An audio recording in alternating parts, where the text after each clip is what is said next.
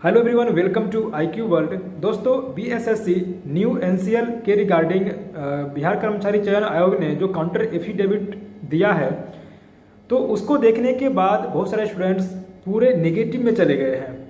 कुछ यूट्यूबर भी हैं जो ये बोल रहे हैं कि अब शायद न्यू एनसीएल मान्य ना हो, क्योंकि काउंटर एफिडेविट जो है काफ़ी स्ट्रॉन्ग दिया गया है बीएसएससी के द्वारा। तो दोस्तों, यहाँ पर एक बात समझने की है कि बीएसएससी का काम था कि काउंटर एफिडेविट देना, तो उन्होंने दिया काउंटर एफिडेविट। उन्होंने बहुत सारी दलीलें दी उसमें कि क्यों न्यू एनसीएल मान्य नहीं किया जाएगा। और उसमें एक चीज़ कहा गया है कि कट ऑफ डेट के बारे में, यानी कि अगर एडवर्टाइजमेंट में कट ऑफ डेट नहीं दिया हुआ है तो ये माना जाता है कि जो कट ऑफ डेट है वो फॉर्म भरने का लास्ट डेट जो है उसके अनुसार उसको माना जाता है। ये रूल है, बीएसएससी का ये कहना है कि कट ऑफ डेट अगर मान लीजिए कि उसमें कोई डेट नहीं दिया हुआ, एडवर्टाइजमेंट में ये नहीं दिया हुआ था कि जो आपका फॉर्म भरा रहा है उसके पहले का होना चाहिए, ऐसा कुछ लिखा हुआ नहीं था, तो ये माना जाता है कि जो कट ऑफ डेट है वो फॉर्म भरने के लास्ट डेट से पहले का माना जाता है, ऐसा ये उनका कहना है। तो उसके कहने के बाद अभी कल का फैसला आना बाकी है। पटना हाई कोर्ट जो है वो कल फैसला देगी इस पर, हम लोग को इसका इंतज़ार करना चाहिए। उसके बाद ही आगे का कुछ भी हम लोग सोचेंगे। पहले तो हम लोग देखेंगे कि कोर्ट का क्या फैसला रहता है।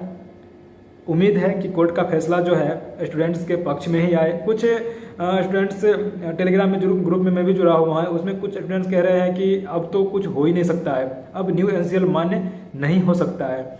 तो मैं ये कहना चाहूँगा उन स्टूडेंट्स को जो ये भ्रम फैला रहे हैं कि अब तो कुछ हो ही नहीं सकता है, कृपया करके पॉजिटिव बात करेंगे तो ज़्यादा अच्छा रहेगा। निगेटिव बात करने से कोई मतलब नहीं है। कोई भी समस्या है, अगर आप पूरे निगेटिव में चले जाएंगे तो उसका समाधान नहीं निकल सकता है। आपको पॉजिटिव होकर के उसका समाधान निकालना है। तो पूरा नेगेटिव जाने की ज़रूरत नहीं है। आप लोग माइंड में पॉजिटिविटी बना के रखिए। कल का फैसला का इंतज़ार कीजिए, जो भी होगा कल साफ हो जाएगा। उसके बाद अगर मान लीजिए भगवान ना करे ऐसा हो, लेकिन मान लीजिए अगर ऐसा होता है कि न्यू एनसीएल को मान्य नहीं किया जाता है कोर्ट के द्वारा, तो बहुत सारे अभी भी ऑप्शन खुले हुए हैं। सुप्रीम कोर्ट का ऑप्शन खुला हुआ है, प्लस में ओबीसी आयोग है, पिछड़ा वर्ग आयोग, उसका भी दरवाज़ा अभी यहाँ पर खुला हुआ है। बहुत सारी बातें हैं अभी। कुछ लोग कह रहे हैं कि आज तक स्टूडेंट्स के फेवर में कभी हाई कोर्ट का फैसला नहीं आया है, तो मैं बता दूं कि स्टूडेंट्स के फेवर में भी फैसला आया है। डीएलएड का ही देख लीजिए केस जो था, तो डीएलएड में भी स्टूडेंट्स के फेवर में ही फैसला आए थे। और भी कुछ केसेस हैं जिनमें स्टूडेंट्स के फेवर में ही फैसला आया था। तो इसमें अभी टेंशन का ज़्यादा अभी ज़रूरत नहीं, टेंशन मत लीजिए ज़्यादा। कल का वेट कर लीजिए, बस एक दिन और आपको वेट करना है। कल क्या फैसला आता है उसके बाद ही आगे का कार्रवाई किया जाएगा। तो एक खबर और भी निकल के आ रही है कि आयोग ने न्यू एनसीएल को मान्य करके मेरिट बना दिया है सबका। ये औपचारिकता है कि कोर्ट पे केस है तो औपचारिकता है कि उन्होंने काउंटर एफिडेविट दिया है, लेकिन ये औपचारिक रूप से दिया गया है, इसका कोई वैल्यू ज़्यादा नहीं है।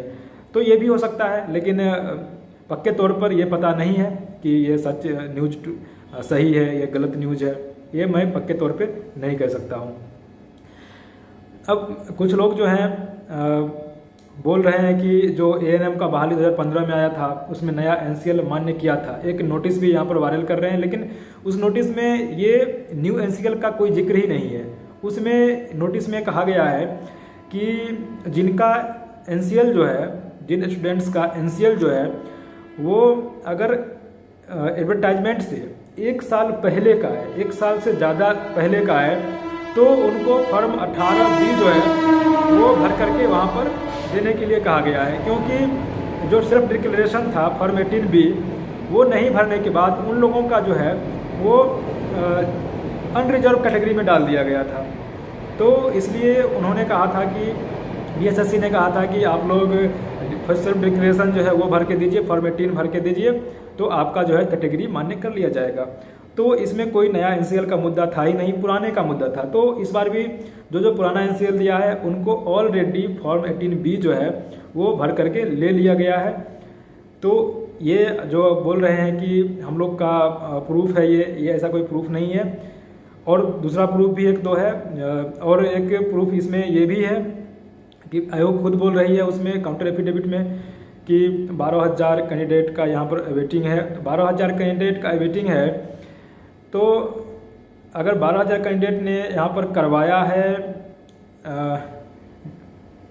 जो डॉक्यूमेंट वेरिफिकेशन, तो 12,000 कैंडिडेट ज्वाइनिंग का वेट कर रहे हैं, तो आप समझ सकते हैं कि न्यू एनसीएल मान्य करके ही वो 12,000 कैंडिडेट काउंट कर रहा होगा। क्योंकि अगर न्यू एनसीएल मान्य नहीं करेगा तो 12,000 कैंडिडेट का कोई सवाल ही नहीं आता है, क्योंकि जो 50% कैंडिडेट हैं, 50 से ज़्यादा ही होगा जिनका न्यू एनसीएल दिया गया है। तो उम्मीद है कि न्यू एनसीएल को काउंट करके ही वो 12,000 काउंट किया जा रहा है। तो आप लोग जरूर पॉजिटिव बना के रखिएगा। कल बहुत खुशखबरी आने वाली है, कल का न्यूज़ जो होगा वो हम लोग के फेवर में ही होगा। ठीक है, bye bye, take care, best of luck.